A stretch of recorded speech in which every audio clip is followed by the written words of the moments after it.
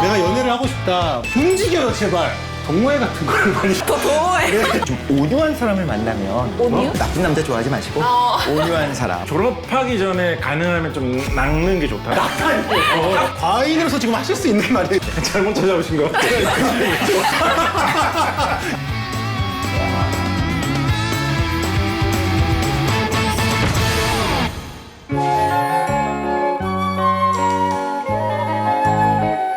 용한 점집도 친한 친구도 해결하지 못한 여러분들의 고민을 과학하는 인생 선배들이 유쾌, 상쾌, 통쾌하게 해결해드립니다. 여기는 과학인들의 유쾌한 인생 상담소.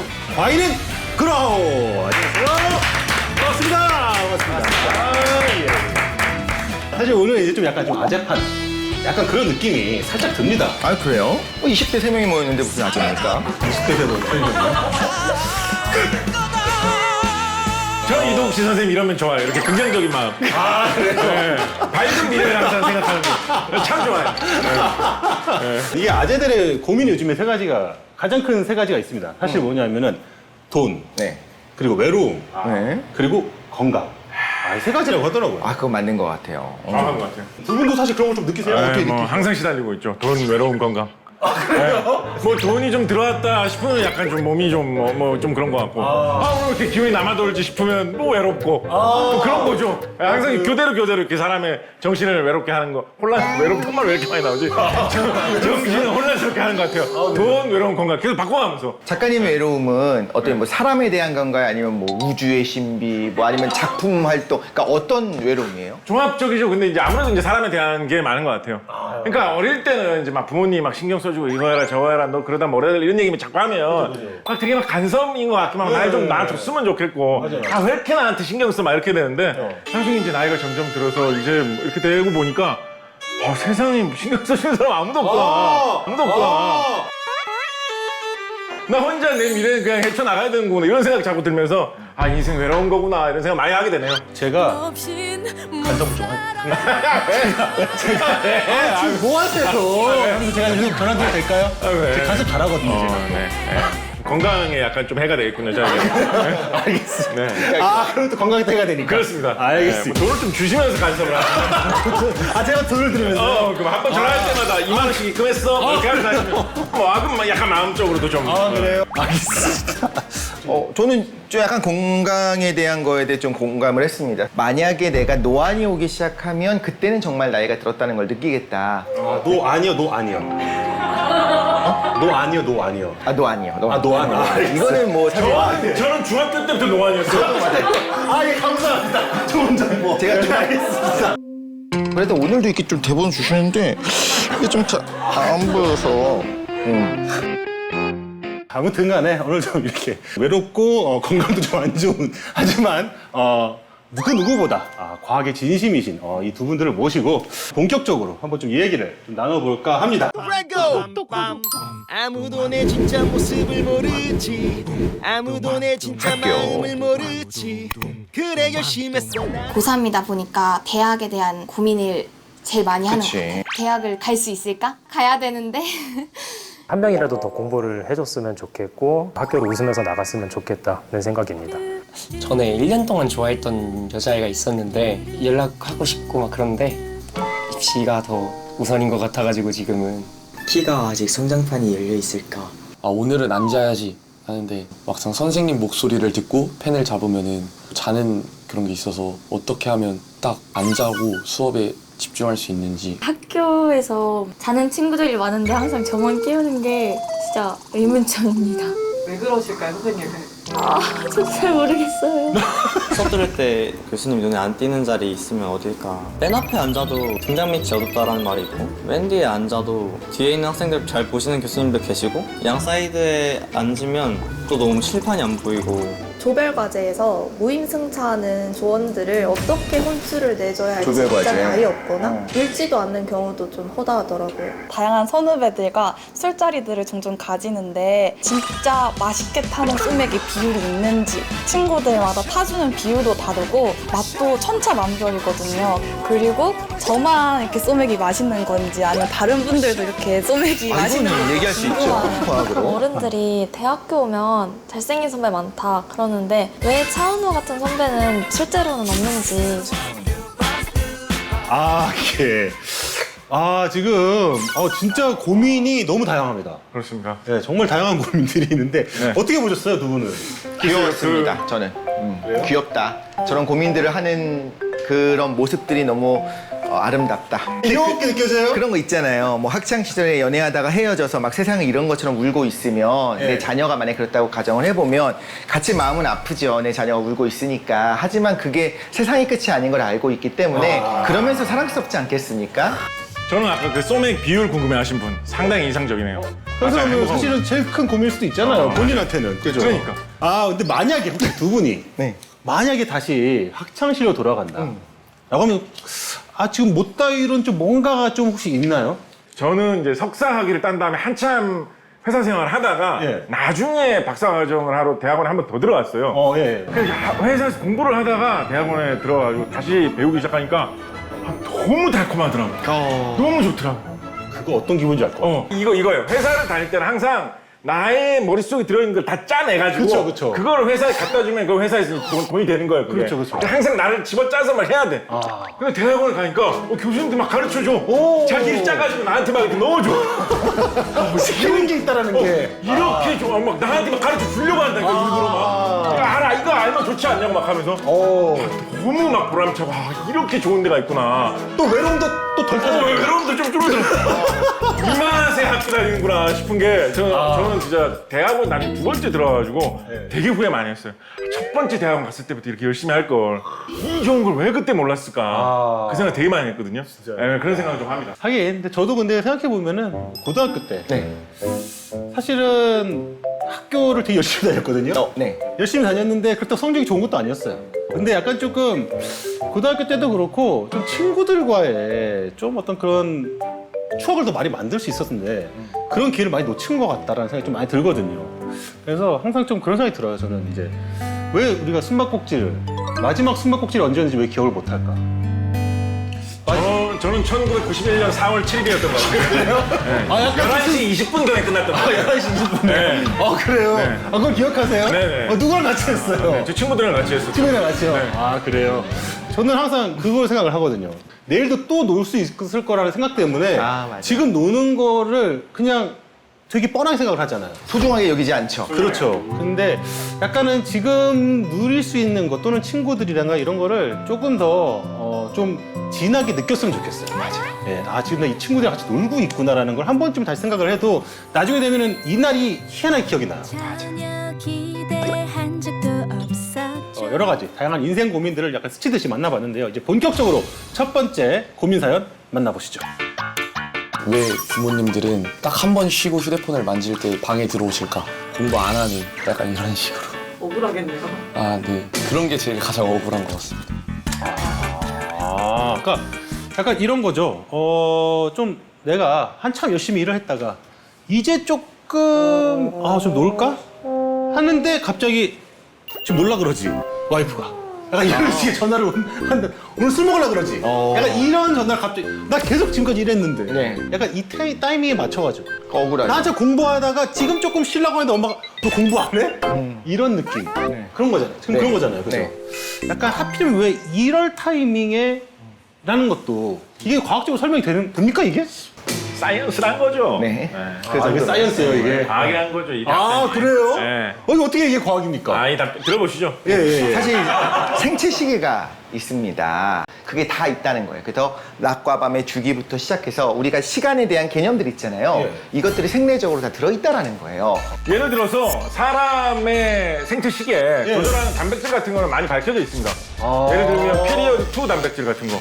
왜 피리어드 2라는 이름이 붙었겠습니까? 피리어드, 기간을 측정하는 데 도움을 주는 단백질이라는 거죠. 그래서 단순하게 얘기하면 몸속에 일어나는 그 생체 시계라는 게 약간 이런 화학적인 시계거든요. 예를 들면 장작 같은 거에다 불을 붙여놓고 이렇게 보고 있으면 시간이 지날수록 점점 타가지고 나중에는 새까맣게 변할 거 아닙니까? 그런 류의 화학 반응이 몸속에 일어나고 있는 거예요. 그래서 어느 정도 진행됐느냐를 가지고 이제 시간을 이렇게 사람이 내부적으로 따라가는 건데 그게 정확하게 유지될 수 있도록 도와주는 여러 가지 단백질들이 많이 있고 상당히 밝혀져 있습니다. 부모님들이 볼 때도 이제 얘가 공부한다고 올라갔는데 이 정도 시간이 지나면 좀 딴짓을 슬슬 할 때 같아 라는 생각을 하고 올라올 때 정말 타이밍이 똑같은 거예요. 정말 이 자녀도 오늘은 열심히 공부를 하고 있었다가 이제 슬슬 피곤할 때가 된 거죠. 그러면 사실 지혜로운 건 어떤 거냐면 초반에 차라리 좀 놀다가 시작하지 말고. 지금 이제 스킬을 알려주는. 네네. 솔루션입니다. 솔루션. 네. 그러니까 어머님이 내가 이렇게 딴짓할 때 귀신같이 온다는 건 반대로 이게 동기화가 돼 있는 겁니다. 가족이니까요. 그렇죠. 또 DNA가 있으니까. 그럼요. 예, 부모님도 나도 이때쯤 되면 슬슬 놀 때였어. 그렇죠. 이것 때문에. 그럼 그 전후 한 10분부터 이제 공부를 합니다.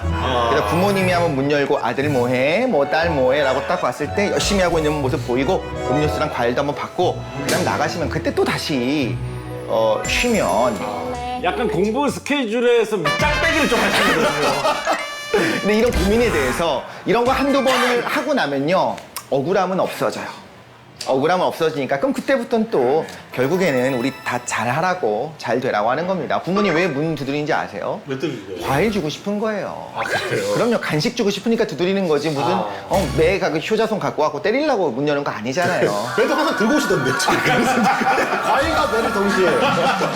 특징이 뭐냐? 선택해라. 네, 그렇게 오시더라고요. 말씀해 주신 거에 더해가지고 사람의 행동, 뭐 동물의 행동도 마찬가지지만 설명할 때 흔히 이제 유전하고 환경으로 설명을 많이 하죠. 네. 그래서 나의 유전자는 당연히 이제 어머니, 부모님께서 반 정도는 갖고 계실 것이고, 그건 학창 시절에 이제 부모님하고 같은 집에서 같은 음식 먹으면서 같은 환경에서 살아요. 그죠. 그러니까 환경도 서로 일치하게 됩니다. 그러니까 서로 간에 이제 동조가 일어날 수밖에 없는 것이죠. 말씀하셨던 대로 뭐 공부 아니라도 딴 것도 그런 것도 많죠.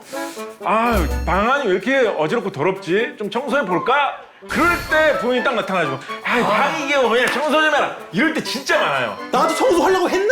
딱 할 때 그런 어떤 분들은 또 오기로 청소 안 하시는 분이 저는 제가 그랬어요. 저는 오기로 청소 안 했어요. 하려고 했는데 안 해. 막 이렇게 했거든요. 왜 그러느냐? 내가 이건 너무 심하다. 이제는 청소를 해야 되겠다 하는 그 시점 부모님도 동조해가지고 같이 그대로 느끼시는 거예요. 그냥 어제 정도까지는 대충 넘어가려고 했는데 오늘은 못 봐주겠구나. 같이 닮아 있는 거예요. 공부하는 것도 마찬가지죠. 부모님께 생각하시기에 지금까지 애가 공부하고 있으면 좀 과도한데 얘는 이렇게 열심히 공부해도 되나? 너무 무리한 거 아닌가? 사과라도 좀 가져가 볼까? 라고 해서 갈 때 그때 마찬가지로 나도 너무 과했다. 이제 이거 쉬어야겠다. 여지없이. 딱 느낀 그 부모하고 닮을 수밖에 없거든요. 그렇죠. 그 피가. 그게 딱 이제 되는 거거든요. 그래서 이게 억울하시다면 한 5분만 딱 더 버티는 거죠. 5분만. 놀고 싶다라고 할 때 내 본능적으로 요 타이밍인데 요때 분명히 부모님도 같은 심정일 거다. 5분만 좀 더 해보자. 5분만. 그렇게 초조하면 공부가 될까요? 왜 안 들어오지? 이러면서. 그러네요. 타이밍도 과학이다. 그럼요. 과학입니다, 여러분. 아시겠죠? 야, 모두의 과학으로 다 설명이 되네요, 진짜 이렇게. 좋습니다. 자, 그럼 계속해서 다음 사연 만나보도록 하겠습니다. 왜 술만 마시면 전 애인한테 연락을 하게 될까? 평상시에는 생각도 안 나다가 술만 마시면은 꼭 이렇게 연락이 오거나 또 제가 막 하게 되는 경우도 있더라고요. 이게 또 새벽 3시에 하는 전화가 그렇게 감성이 가득한 거 아시죠? 새벽 3시에. 네, 뭐 해서 뭐 다시 만나달라 막 이런 얘기가 아니라 그냥 뭐 시중 진담? 뭔가 술이 그런 역할을 하나 싶기도 하고. 사연을 주신 저분이 직접 지금 이 자리에 와 계십니다. 네. 본인 소개 좀 잠깐. 네, 안녕하세요. 저는 현재 충남대학교에 재학 중인 20학번 강혜준 학생입니다. 반갑습니다. 근데 약간 그 관상학적으로 봤을 때나 진화생물학 쪽으로 봤을 때는 이분은 전화를 하시기보다는 좀 받으시는 일이 좀 더 많아 보이는 그런 느낌인데. 그렇죠. 약간 기만하고 계시다. 기만까지는 아니겠지만. 네. 지금 본인이 진짜 사연인 거잖아요. 네, 맞습니다. 근데 왜 이렇게 전화를? 사실 제가 전화를 하기도 하고 받기도 하는데 이제 이 사연에서는 제가 전화를 한 거를 말씀드린 거예요. 저는 일단 여자친구랑 헤어지게 되면은 조금 구차하긴 한데 여자친구의 이름을 점으로 저장을 해놓거든요. 점으로요? 그러면은 이제 전화번호가 맨 밑으로 내려가요. 그렇구나. 그래서 약간 실수로라도 누르지 않게끔 그렇게. 그래서 평상시에는 그렇게 좀 거리를 두는데 이렇게 술만 마시면은 그 전 여자친구 그 수많은까지는 아니지만 몇몇의 그 자, 몇 분? 네, 자. 몇 분의 그 점들에 이제 구분을 해야 되잖아요. 그렇죠. 점으로 돼 있으니까. 그 구분을 또 여러분이 이제 점점점. 그래서 이제 술 먹으면 기억도 안 나고 정신도 없는데 그 전 여자친구분들의 그 전화번호가 생각이 나서 그 점들을 구분할 수가 있어요. 아, 저 번호가 생각나서. 네, 맞아요. 그래서 이제 꼭 술 마시면 이제 전화를 해가지고 집 가는 길에 이제 전화하면서 그래서 주장에 전화해가지고 막 말한다. 아, 그 4번점이구나. 아, 그 4번점이구나. 아이, 3번점이 전화해. 미안해. 안 지우신 이유는 뭔가요? 내 인생에서 지워버리기에는 또 같이 함께했던 친구니까. 네. 지금 제가 이제 가만히 들어가면서 느끼는 게 약간 좀 그게 있었습니다. 아직 크게 데이지 않았구나. 사실 이렇게 지금 웃으면서 말씀하시는데 대여 목표죠. 보통 이제 했을 때 전화했을 때 아 끊어 이런 얘기를 좀 들으면은 들어봐야. 그러면 이제 솔직히 이거에 대해 더 이상 이제 내가 정신 번쩍 들거든요. 아무리 술을 먹어도 정신 번쩍 들어요. 좀 네. 오해가 있으신 것 같은데 저는 전화를 해서 약간 미련 가진 사람 전 남친 그렇게 막 다시 만나달라 막 너가 그립다 보고 싶다 이런 게 아니라 그냥 약간 일상 얘기를 해요. 완전 불안해. 완전 불안해. 아니 저 열심히 헤어질 때 네.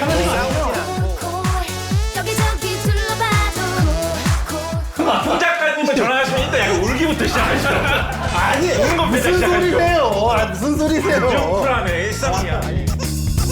저는 오히려 뭐가 문제인지 모르겠는 게 그러면 좀 연애 감정이 남아서 하는 건 아니고 사실은 친구로 지내고 싶은데 예전에 여자친구였기 때문에 연락을 못했던 그 억눌린 거잖아요. 아니야, 저는 그런데 포인트는 알겠어요. 요점 알겠는데 저는 공익적으로 하셔서는 안 된다고 생각해요. 이 정도로 보시면. 이분이 이렇게 전화하시면 전화 받는 사람도 얼마나 싱숭생숭하시겠어.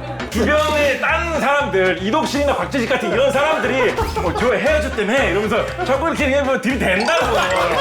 난뭐 오늘 저녁에 뭐하니? 막 이렇게 한다고. 그럴 때 미련이 없어져야지 우리한테도 기회가 오는 거지. 사줄까? 뭐 이런 거. 맨날 저녁마다 뭐 이런 강 선생님 같으면 전화해가지고 막 일상 이야기 뭐 이런 거 한다고 해보세요. 파스타 먹이고 다 해놨는데 갑자기 연락해요. 알겠어요. 공익적으로 하시면 안 돼.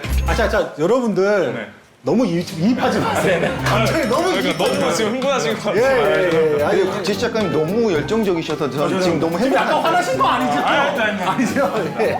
알겠습니다. 자 우리 이제 과인들로서 네. 이제 좀 약간 이게 좀 냉철하고 좀 객관적으로 이상을 좀 주시할 필요가 있습니다. 이렇게 술 취해서 좀 전화하고 약간 통제력이 상실되고 이러는 게 약간 좀 이게 뭐 과학적으로 약간 좀 일리가 있는 말이죠. 그렇습니다. 술의 주성분이라고 할 수 있죠. 이게 들어있어야 술이라고 합니다. 에틸알코올. 에틸알코올 같은 경우에 몸에 들어가면 신경과 신경 사이의 신호의 전달을 방해하는 그런 역할을 한다고 합니다. 그래서 사람 몸의 모든 신경의 조절 기능 자체가 전체적으로 좀 이상해지죠. 그래서 머릿속의 판단도 좀 달라지고 예. 언어 기능 이런 데도 영향을 미쳐가지고 혓골부지라는 소리 하게 되고 그쵸. 손의 신경에도 영향을 미쳐가지고 사람이 비틀거리게 된다든가 기분이 도는 느낌이 난다든가 그런 식으로 전체적으로 뇌와 신경의 모든 기능이 안 좋아지거든요. 그러다 보니까 평소라면 하지 못했을 생각을 하게 된다거나 엉뚱한 일을 저지르게 된다거나 용기가 갑자기 난다던가. 뭐 그런 식으로 평소와는 다른 형태의 판단을 해버리게 되는 거죠. 그 신경 전달이라고 하는 게 항상 흥분만 전달하는 건 아니에요. 가바 같은 신경 전달 물질은 오히려 억제를 시킵니다. Cl- 염소 이온, 그러니까 마이너스 이온을 들여와요. 플러스가 가야 흥분인데 마이너스 이온이 들어오니까 흥분을 다운시키는 거죠. 음이온. 그렇죠. 음이온 맞습니다. 정확하죠. 네네. 음이온입니다. 네. 그런데 이 에탄올 같은 경우에 말씀하신 것처럼 원래는 가바가 붙어야 되는 그 소용체에 에탄올이 가서 붙습니다. 그러면서 억제성 신경 전달 물질로 작용을 하는 건데 이런 생각이 들죠. 아니 이상한데 나는 술을 마시면 더 흥분하던데? 심장도 더 많이 뛰고 더 막 열정적이 되고 근데 그거는 원래 이제 진화 단계를 볼 때 우리의 감정을 이야기하는 부분이 있고 그걸 통제하는 영역이 따로 대뇌에 있잖아요. 제일 먼저 효과를 발휘하는 부분은 대뇌의 그 억제하는 평소에 어떤 규율을 지키게 하고 보고 싶어도 보지 않게 하고 점을 찍게 하고 이런 것들을 제일 먼저 억제를 하는 거죠. 그러면 사실은 좀 뭐 궁금하기도 하고 보고 싶기도 하고 자기가 자기를 속인 걸 수도 있겠는데 그런 부분을 들었을 때 술을 마시고 나면 그 통제력을 제일 먼저 잃어버리는 거예요. 통제력이 억제가 돼버리니까 그 순간에는 어떤 취중 진단도 가능하고 이런 것들이 가능하다. 자 그렇다면은 네. 술 취해서 전화하고 싶은 어떤 이런 마음이 들거나 할 때 네. 이걸 어떻게 하면은 좀 억제하거나 그러니까 다음날 후회하지 않을 또 그런 좀 묘책이 있을까요? 이거는 현실에 지금 개발되어 있는 묘책은 아니에요. 진짜 진지하게 생각하는 건데 네네네. 전 진짜 이것 때문에 진짜 경을 칠 뻔한 적이 있거든요. 그래요? 네. 저는 사실은 중요한 전화번호에는 약간 뭔가 이런 락 같은 거를 걸어놓을 수 있는 그런 기능이 있어야 된다고 생각해요. 저는 사실 실제로 어떤 적이 있었냐면 진짜로 어떤 적이 있었냐면 제가 회사에서 아주 친하게 지내던 어떤 선배가 한 명 있었는데 그 선배하고 동명이인인 부장님이 계셨어요. 아이고. 되게 무서운 부장님이 계셨어요. 야, 이거 뭔가 근데 이제 술에 감명 돼가지고 좋다. 막 비틀비틀 해가지고 약간 네. 뭐 회사에 대해서 불만도 생각하고 그래가지고 그 선배한테 왜 이렇게 개판이에요? 내일 한 잔 더 빨까? 막 이렇게 막 보낸 거야. 네. 근데 그걸 그 부장님한테 보낸 거예요. 그 나중에 다음날 돼가지고 정신 차려보니까 그렇게 간 거예요. 그러니까. 그래가지고 아, 부장님 죄송합니다. 제가 동명이인이 있어서 또 되게 구구하게 막 설명하고 그러니까 뭐 오케이 막 이렇게 답변하시고 있는데 그게 더 싫어. 오케이, 그게 더 싫어. 그래서 그런 번호에 약간 그런 락 같은 걸 설정해야 되는 거지. 그래가지고 문자를 보내시기 전에는 5432를 숫자 줄어들고 X표 한번 누르고 그럼 중간에 있는 오케이 버튼 누르고 이렇게 해야지 딱 보여주게. 아니면 뭐 무슨 문제 같은 걸 푸는 것도 괜찮아. 32 곱하기 78을 계산하시오. 그 답을 입력해야만 이 사람한테 문자 보낼 수 있습니다. 알람처럼. 그런 거. 야, 이래야 돼요, 이거. 야. 근데 어른들이 그런 얘기 했었습니다. 새벽 2시 이후에는 무조건 어디도 전화하지 말아라, 그냥. 이름이 점으로 되어 있는 경우에는 밤 12시부터 그 다음날 6시 사이에는 어떠한 통화나 문자가 되지 않게 안 되게. 이름을 점으로 설정해 놓으세요. 그치. 근데 자연스럽게 느끼실 수 있을 것 같고요. 네. 많이 좀 오늘 좀 도움이 됐는지 모르겠어요. 오늘의 교훈은 이제 썸을 오래 타고 밀당을 해라. 약간 이거 아닌가요? 좀 제가 이상하게 얘기했나요? 해석이 이렇게 한 사람 제끼는 거지. 네, 오늘 또 이렇게 나와주셔서 너무 감사드리겠습니다. 아, 네, 감사합니다. 감사합니다. 감사합니다. 자, 그럼 계속해서 다음 사연 만나보도록 하겠습니다. 공대생들은 왜 다들 체크무늬 셔츠를 입고 다니는지 진짜로 자기들이 직접 가서 사는 건지 공대생들만 가는 옷가게가 있을 수도 있지 않을까. 이분은 정말 궁금해서 물어보시는 거잖아요. 그죠? 그 인터넷에 짤들 보면은 공대생들의 옷들이 있어요. 네. 그 항상 체크무늬. 그걸 왜 체크무늬라고 불러요? 왜 그걸 교차무늬 이런 식으로 안 부르고 체크. 왜 체크무늬라고 불러요 그걸? 그게 그건가요? 장비? 체스? 빙고! 오. 체스판 모양에서 체스 둘 때 네. 우리는 이제 장기 둘 때 장군 뭐 이런 식으로 그쵸, 하잖아요. 그쵸. 근데 그래서 뭐 체크메이트 이런 말 쓰잖아요. 그죠? 맞아요. 그래서 그 체스판 모양의 무늬라고 해서 우리 체크무늬라고 부르게 된 오, 것입니다. 그렇구나. 이거에 대해서, 이런 썰에 대해서 공대생은 왜 다 체크무늬만 입는가? 그때 좀 공감하시나요? 어떠세요, 두 분은? 저는 사실 공감 못 하는데 이런 말씀 질문하시는 걸 보니까 진짜 그걸 많이 보신 거잖아요. 근데 저는 정말로 옷에 관심이 없었고 심지어 머리도 되게 지저분하게 하고 다니는 거에 대한 그 묘한 자부심이 있었어요. 난 그런 거 신경 쓰지 않는다. 지금은 그렇게 생각하지 않는데 그땐 그랬었어. 이제 잡지 같은 걸 보기 시작합니다. 남성 잡지 이런 데 보면 그냥 깔끔하게 입는 게 최고다. 그래서 이제 흰색 셔츠가 제일 잘 어울리는 남자가 어떻게 보면 가장 멋있는 거다. 이제 검은 바지에 흰색 옷만 입고. 그런데 이제 그걸 보면 이런 생각이 드는 거예요. 저건 좀 너무 심심한데? 뭔가 있어야 될 것 같은데? 아니 그냥 단색 옷은 너무 심심하잖아. 또 뱃살도 좀 가리고 하려면 뭔가 위장색이 있어야 되지 않겠습니까? 그러니까 이제 체크 무늬를 입는 게 아닌가 생각하는데 저는 사실 스트라이프를 훨씬 좋아합니다. 집에 체크 무늬 옷은 거의 없고 스트라이프가 되게 많아요. 나는 좀 그러니까 일반 공대생과 좀 다르다. 아니지 보통 공대생들도 이 정도까지 체크 무늬는 오히려 사고 싶다가도 웃기잖아요.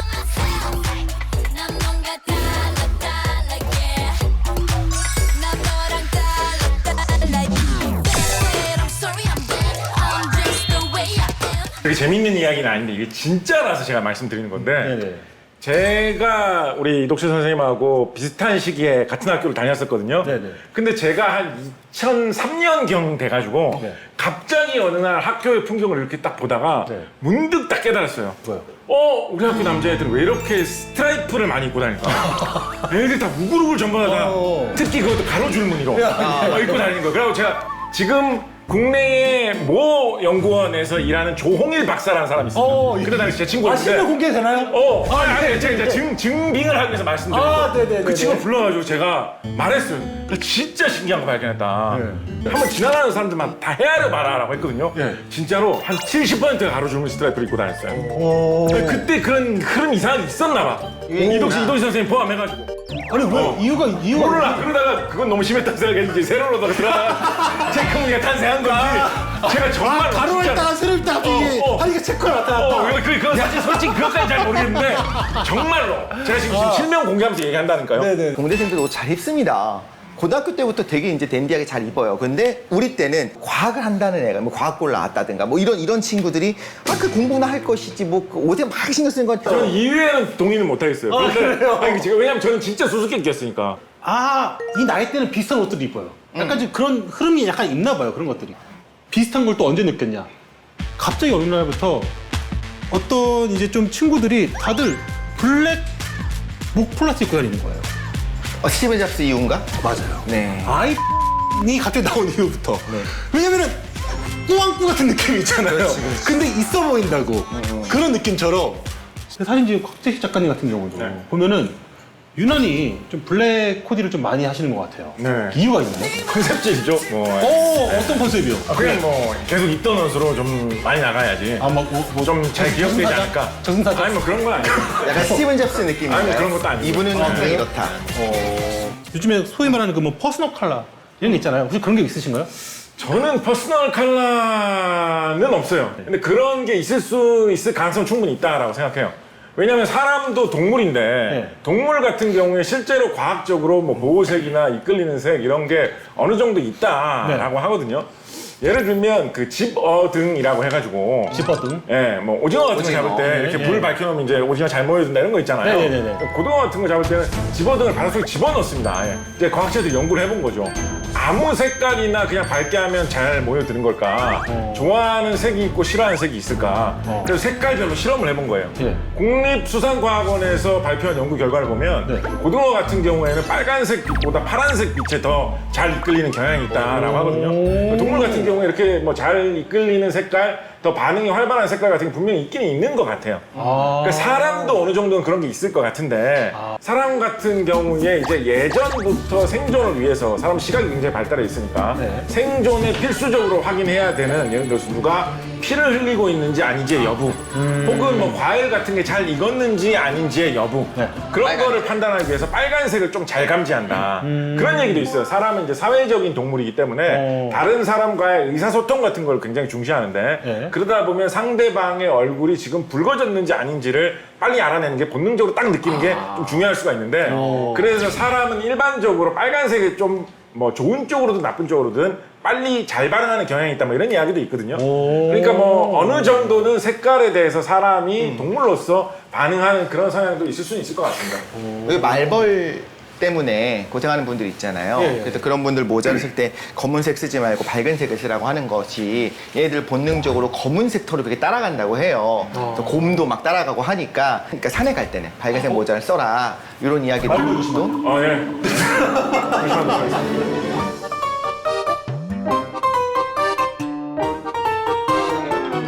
과거로 여러분들의 인생을 상담해 드립니다. 여러분들 유쾌한 인생 상담소 과인은 그럼 계속해서 우리 학생들의 현실적인 고민을 재연 드라마로 만나보겠습니다.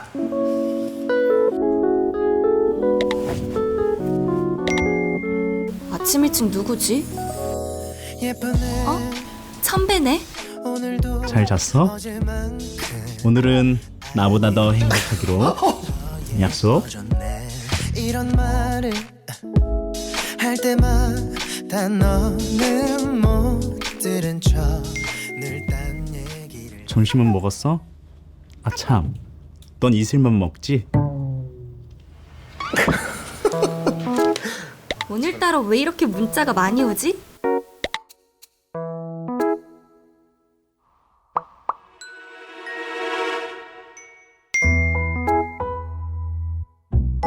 혜인아, 내일 뭐해? 내일 할 일 없으면 우리 갑천이나 걸을까? 시도 때도 없이 문자 보내는 이 남자 뭐지? 저게 설렌다고? 기다리다 지친다. 기다리다가 지친다. You know, 넌 내 맘 많이. 선배야! 내가 너무 늦었지? 아니야, 2시간밖에 안 기다렸어. 내가 깜빡했어. 미안. 아니야, 괜찮아. 네 생각하니까 2시간도 금방이다. 아무튼 미안. 나 정말 화 안 났어. 우리 바람도 시원한데 좀 걸을까? 나 오늘부터 너랑 잠을 한번 자볼 거야. 나 매일매일 내게 전화도 할 거야. 밀가루 못 먹는 나를 달리 서라도 너랑 맛있는 걸 아, 심평원이. 먹을 거야. 두 분 커플이시죠? 저희 오늘 커플 이벤트 하고 있는데 혹시 두 분 참여해 보실래요? 아니요. 저희 커플 아니고 그냥 친구입니다. 친구. 갑자기 왜 이렇게 선 긋는 거지? 친구를 만나기로 했다. 주문하신 아메리카노 2잔 나왔습니다. 그래서 뭐야? 빨리 말해봐. 야, 나 너한테 얘기하려고 하니까 자꾸 그 남자 얼굴이 떠올라. 기집애. 너 완전 빠졌구나. 아니, 나 가슴 한 켠이 찌릿해. 진짜 이상하다니까? 그래서 진도는? 연락은 매일 하는데 사귀자는 말을 안 하네. 정말? 정신 차려. 너 가지고 노는 거야 지금. 이거 썸일까 어장관리일까? 누가 딱 정해주면 안 되나요?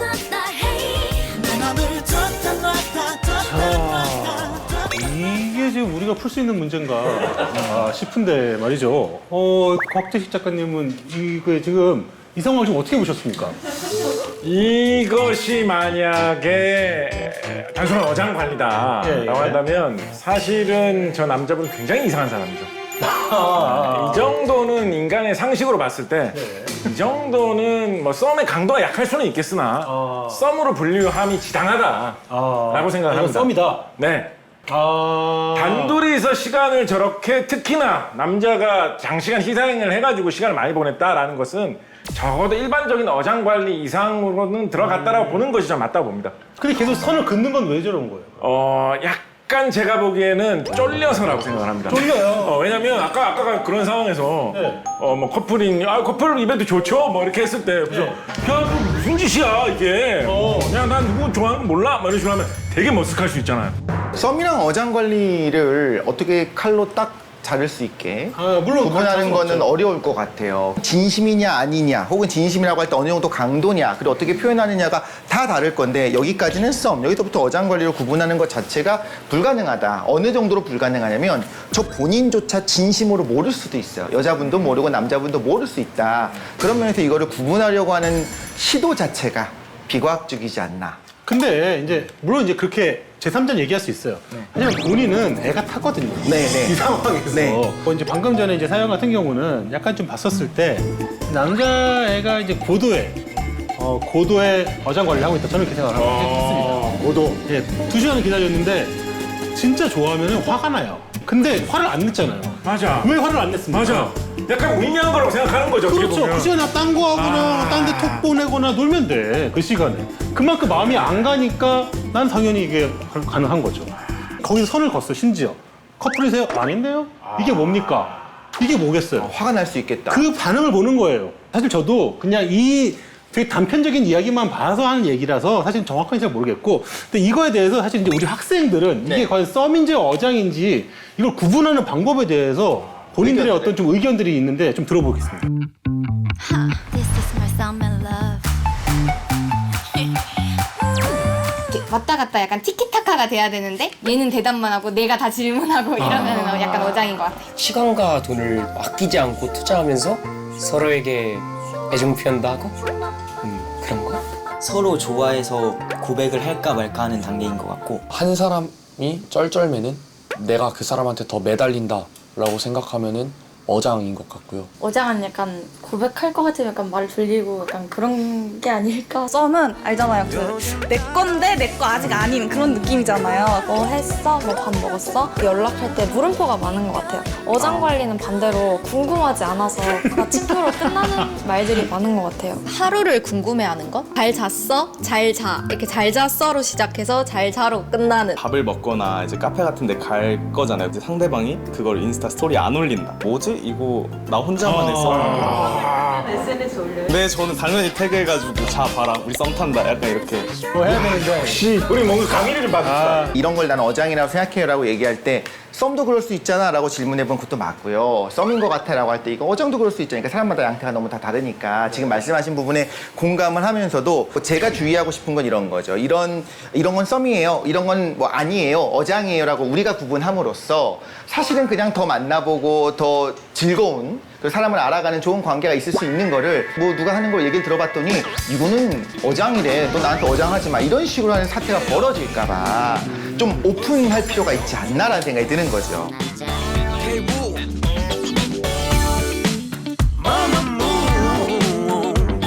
자, 계속해서 다음 사연 만나보도록 하겠습니다.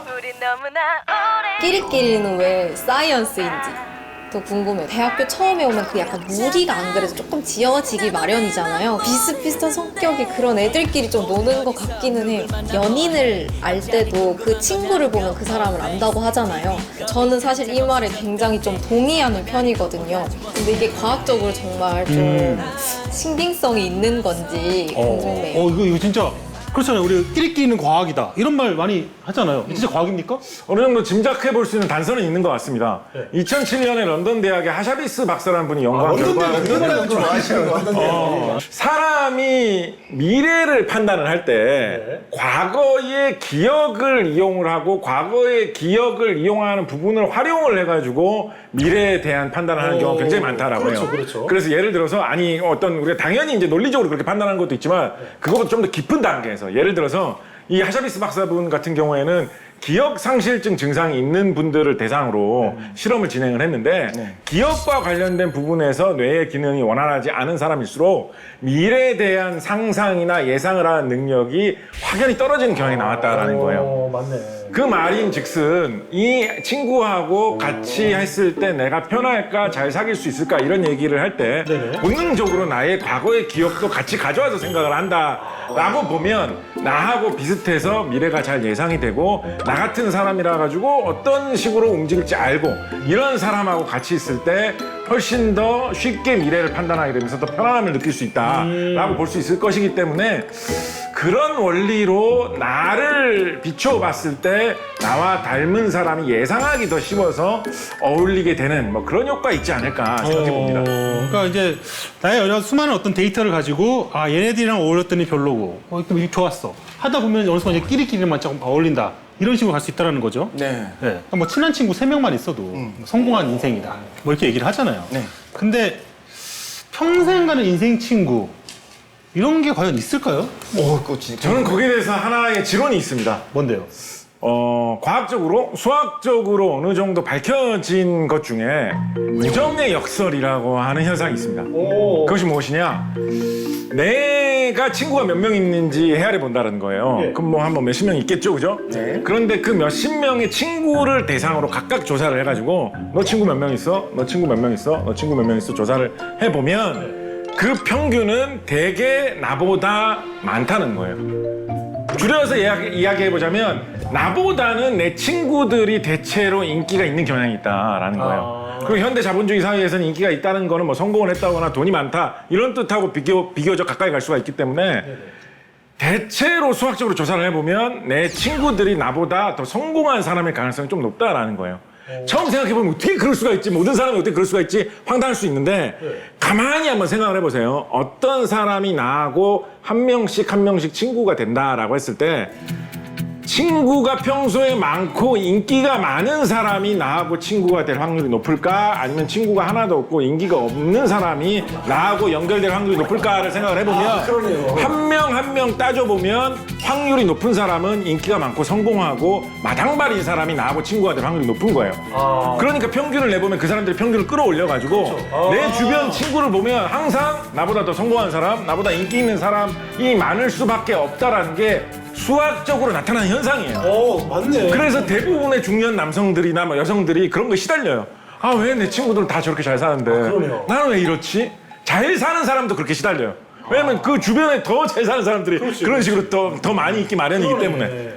그래서 저는 어떤 친구가 진정한 친구냐라고 생각을 한다면 그런 게 누구에게나 일어나는 현상인데 가끔 가다가 진짜 친구 중에 그 친구는 아무리 성공하고 일이 아무리 잘 풀려도 일이 되면 될수록 부러운 게 아니라 오히려 잘 됐다고 축하해주고 싶고 진심으로 기쁜 친구들이 있어요. 맞아요. 저도 생각해보면 그런 친구들 몇 명 있어요. 저는 그런 친구들이 오래 갈 수 있는 친구, 오랫동안 두어야 되는 친구, 좋은 친구들이라고 생각합니다. 맞아. 진짜 누가 잘 됐을 때 막 내가 기뻐가지고 막 가서 안아주고 싶고 이런 친구들이 있잖아요. 의외로 그렇게 쉽지 않아요. 맞아요. 진짜 그러네요.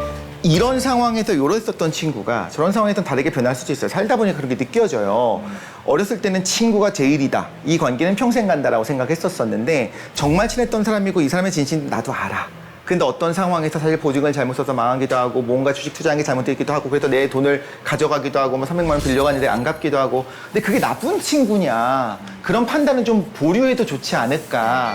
다르게 말하자면 친구에게 너무 내가 과도한 걸 기대하고 있으면 평생 친구 3명만 있으면 돼. 평생 친구는 이래야 돼 라고 우리가 딱 박아놓잖아요. 그렇게 하게 되면 사실 흠없는 사람은 없고요. 사실 진심으로는 나는 정말 친구이긴 한데 지금 상황 애가 지금 젖을 먹여야 되는데 지금 분유값도 안 돼가지고 어쩔 수 없이 거리가 멀어질 수 있는데 역시 걔는 친구가 아니었어. 이런 판단은 천천히 해도 된다. 그렇네요. 생각이 들긴 합니다. 지금 마지막 사연 남았는데 이분도 직접 고민을 안고 이 자리에 나와 계십니다. 오셨어요 지금? 예. 한번 만나볼까요? 네. 짠! 자기소개 좀 부탁드리겠습니다. 네, 안녕하세요. 저는 영어영문학과에 재학 중인 19학번 송승현이라고 합니다. 반갑습니다. 반갑습니다. 어떤 궁금증이 있으셔서 나오셨는지. 제가 가지고 온 고민은 오늘 네네. 일단 연애, 사랑에 관한 그런 고민들을 가지고 왔는데 이분들이 사실 되게 버거워하거든요. 이런 쪽에 있어서. 좋습니다. 예. 정말 대상을 잘못 선택한 것 같죠? 우리가 할 수 있잖아. 우리 과학적으로 할 수 있잖아. 우리가 뭐 경험은 부족할 수 있어. 그렇죠. 우리에게 뭐가 있습니까? 과학이 있습니다. 지식이 있어요. 우리 과학이 있어요. 못할 수 있어요. 글로 배운 사람. 네. 좋습니다. 네. 첫 번째 질문은 네네. 그 남자들의 첫사랑은 기억에 평생 남는다고 하잖아요. 예. 근데 여자들의 첫사랑이 뭐 기억에 남는다 이런 말들이 많이 없잖아요. 예. 그래서 왜 여자들의 첫사랑 기억에 남지 않을까? 이게 첫 번째고요. 두 번째는 그 첫눈에 반한다는 느낌이 뭔지 궁금해요. 왜 그런 말들 있잖아요. 딱 첫눈에 반하면 후광이 비치고 그다음에 종소리가 울리고 한다는데 그게 진짜 그렇게 되는 건지 궁금하고 마지막으로 세 번째는 남자친구가 여자친구한테 맨날 그러잖아요. 너가 제일 예뻐. 너가 제일 예쁜 것 같아. 이렇게 말하잖아요. 근데 진짜 제일 예쁜 게 맞는지 그 눈에 그냥 해주는 말인 건지 그런 게 좀 궁금합니다. 일단 1번부터 3번까지 질문이 있는데 네네. 곽재식 작가님이랑 저랑 좀 생각이 좀 다를 수 있어서 다른 것 같아요. 네. 말씀해 주세요, 먼저. 하나씩 제가 먼저 네. 한번 해보겠습니다. 첫 번째 질문이 이제 첫사랑은 평생 기억한다. 저는 이런 생각이 듭니다. 저는 첫사랑이 누군지 모르겠거든요. 그래서 자기가 잊지 못하는 사람이 있을 거예요, 누군가. 네. 내가 처음으로 지금 생각했을 때, 난 저 사람을 이성으로 처음 느꼈어. 유치원이었을 수도 있고, 중학교일 수도 있고, 선생님이었을 수도 있겠죠. 네. 그 사람을 첫사랑으로 정의 내린다라고 생각해요. 나중에. 그 순간에 이게 첫사랑이라를 어떻게 알 것인가. 이 순간에 그냥 관심도 있고, 조금 밉기도 하고, 좀 이제 내가 그게 사랑인지도 몰랐다가, 나중에 생각이 계속 나고, 나이가 훨씬 들었을 때 돌이켜봤을 때 내 첫사랑은 저 사람이었어라고 스스로 정의하는 거다. 그리고 그 후광 비치고 종소리가 난다. 사실 저런 것들은 과학적으로 불가능한데 저는 제 아내를 봤을 때 사실 후광이 비치고 종소리가 났기 때문에 이거는 지금 열심히 하시네요. 열심히 하십니다. 가능할 수 있다. 아내를 봤을 때 소리가 났다니까. 삐 그래요? 하면서 삐 이상합니다. 났어요? 고막 맞은 거야. 갑자기 나한테 이렇게 따게 된 사람이 처음이야. 그런 첫눈에 말하면 있을 것 같아요. 한 3초, 4초 안에 결정이 난다고 해요. 근데 그런 이유 어떤 사람이 그것도 재고 있었군요. 저도 과학자가 재고 있었군요. 3.5초? 그 첫인상이 사실은 누군가는 또 이제 페로몬이라고 하는 게 될 수도 있겠는데 실제 인간이 페로몬이 그런 역할이 있는가 없는가에 대해서는 이견이 있지만 냄새 같은 거로서 그냥 딱 왔는데 느껴지는 그 처치가 나도 모르게 무감에게 무의식적으로 느껴지는 게 마음에 안 들 수 있잖아요. 나도 모르게 불쾌하면은 그 사람이랑은 사실은 어떻게 살도 닿기 싫은 그런 사람이 있을 수 있을 것 같아서 그런 부분에서 결정되는 부분이 있을 것 같기도 하고요. 저는 3번이 좀 중요한 것 같은데 세상이 제일 예쁘다. 저는 그 순간에는 진심일 수 있다고 생각해요. 근데 이제 전제 조건이 보통 있어요. 그거를 보통 말하지 않죠. 뭐 예를 들면 밤경 5m 안에서 라는 말이 있다든가 뭐 오늘은 이라든가 뭐 이런 얘기들이 사실은 가로 열고 오늘은 네, 사실 뭐 내가 아는 세상에서 아니, 가장 좀 잔인한 말 해보자면 내가 만날 수 있는 사람 중에 뭐 이런 얘기 있을 수도 있는 거죠. 근데 그렇다고 해서 이게 뭐 틀린 말은 아니거든요. 다 사실인 거고 그 안에서 진심인 거고 그럼 사실 내가 만날 수 있는 사람 중에서도 한 4번째보다는 훨씬 낫잖아요. 그쵸. 그렇죠. 네네. 가로가 있을 수 있다. 근데 그걸 굳이 물어보지 않는 게 좋죠. 판도라의 상자입니다. 작가님 어떻게 생각하십니까? 남자들은 첫사랑을 평생 기억한다라고 하는데 정말 그런가? 네, 어떠세요? 저는 아니고요 일단. 아니에요. 지금도 외로움을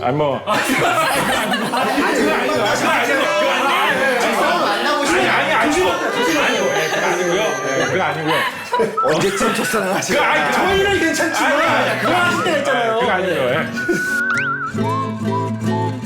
남자가 첫사랑을 평생 기억한다라는 느낌을 좀 많이 갖는 것은 제 생각에는 좀 착각인 것 같습니다. 왜냐하면 남자가 이 신체의 성숙, 노화에 있어서 여성보다 좀 노화를 덜 느끼는 경향이 있어요. 여성들은 훨씬 더 극적으로 노화를 느끼는 그런 경향이 있습니다. 그래서 내가 나이가 들고 있구나, 내가 나이가 들어가는구나를 많이 자각을 합니다. 남성은 그런 거에 훨씬 덜 민감한 사람들이 많아요. 난 아직도 이 정도면 좀 젊지 않은가? 스타트업 CEO 하시는 좀 이렇게 나이 드신 분들 중에 아직도 나는 대학생인 것 같은 기분이 들어. 이런 분들 여러 번 만나본 적 있어요. 그런 생각이 남자들은 좀 더 있는 것 같아요. 신체적인 그 성숙의 차이 때문에. 그러다 보니까 그 과거에 지나간 인연도 약간 현재형으로 생각하게 되는 거죠. 괜히 뭐 지금의 내가 가정을 이루고 있지 않았다면 어떻게 하면 저런 시나리오도 가능한 시나리오 이런 걸 자꾸 생각할 확률이 여성보다는 여성 CEO 중에서 아직도 대학생 같다 이런 분 저 본 적 없거든요. 그런 게 좀 있는 것 같아요. 그것 때문에 이런 착시인 것 같아요. 또 착시다. 네, 첫눈에 반한다는 게 어떤 건지 궁금합니다. 진짜 후광이 비치고 종소리가 나는 걸까요? 그건 아닌 것 같아요. 그래요? 종소리가 있으면 약간 유비인후과에 가보셔야 될 것 같고요. 네. 만약에 뭐 제가 그래서 유비인후과 갔습니다. 만약에 무슨 뭐 박쥐 같은 동물처럼 초음파를 쏘아가지고 그걸로 뭔가 물체를 인식한다? 그럼 뭐 사랑하는 사람 봤을 때 뭐가 들리고 이럴 수도 있겠죠. 근데 뭐 사람이 뭐 박쥐도 아니고 돌고래도 아니고 뭐 종소리가 들린다, 후광이 비치 좀 지나친 과장인 것 같아요. 어떻게 보면 저것 때문에 자신의 사랑을 놓치는 경우도 있어요. 이 정도면 충분히 나하고 맞는 상대고 정말 잘 될 수 있는 상대인데 그런데 막 그 정도로 막 후광이 번쩍거리고 막 몸이 불타오르고 이런 건 아니잖아. 그런데 내가 쟤하고 과연 만나야 될까? 뭐 이런다가 나중에 한 2년 지나가지고 막 후회하면서 새벽 3시에 막 자니 막 이러고 그런 과정이라고 생각해요 저는. 마찬가지로 연애할 때 남자들은 자신의 여자친구가 세상에서 제일 예쁘다라고 말하는 것도 약간 뭐랄까요 시적인 표현이다. 이렇게 맞는 게 이렇게 맞는 게 좋다고 생각합니다. 나보기에 역겨 가실 때는 사뿐히 지려밟고 가시옵소서. 밟아달라는 얘기예요. 갈 때는 좀 지압 좀 해주십시오 이 얘기예요. 아니잖아요. 시적인 표현이라고요.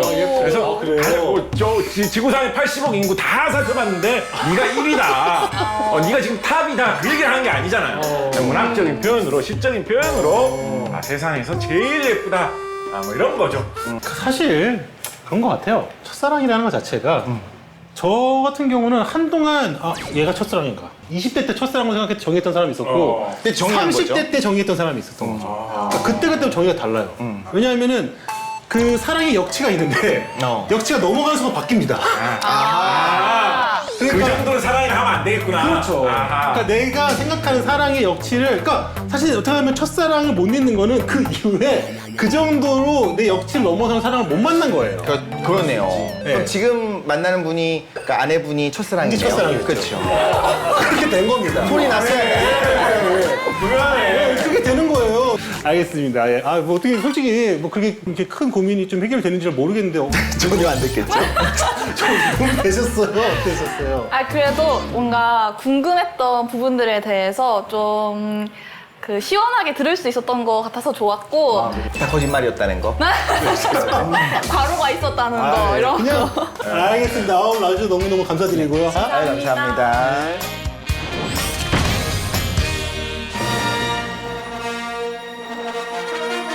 자, 오늘 이렇게 다 같이 함께 하면서 정말 이 과학이 지루하지 않고 이렇게 즐겁고 이렇게 흥미진진하다는 걸 다시 한번 또 새롭게 또 깨닫고 가는 그런 시간이 아니었나 싶습니다. 모쪼록 여러분들의 삶에 과학이 한 발짝 더 다가서는 그런 의미 있는 시간이었으면 하는 바람으로 저희는 다음 주 이 시간에 다시 만나도록 하겠습니다. 여러분 안녕히 계세요. 다음 주에 만나요.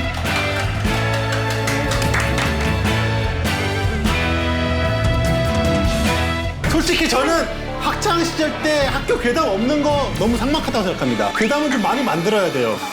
그래서 약간 좀 공부 분위기로 말씀을 드려보면 가장 무서운 귀신이 뭐냐. 가장 무서운 귀신은 춤추는 귀신이라고 합니다. 얘기만 들으면 손 벅지 치잖아 진짜로. 춤도 막 갑자기 막 셔플 댄스 추고 그러면 진짜 무서울 것 같아요. 탭댄스 같은 건 그렇게 안 무서울 수도 있을 것 같은데 그 탱고를 치고 있다? 그럼 멋있을 수 있어.